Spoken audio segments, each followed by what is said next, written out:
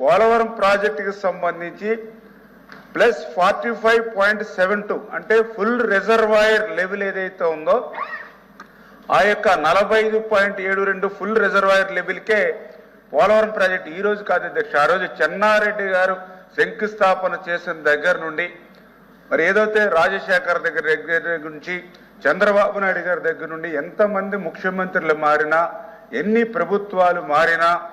ఏదైతే చాలా క్లియర్గా ఆ 45.72 ఫుల్ రిజర్వాయర్ లెవెల్ అనేది అది పోలవరం ప్రాజెక్టుకి, అంటే అది కూడా మనం కూడా చెప్పడం కాదు, చాలా క్లియర్గా గోదావరి వాటర్ డిస్ప్యూట్స్ ట్రిబ్యునల్ ఏదైతే ఉందో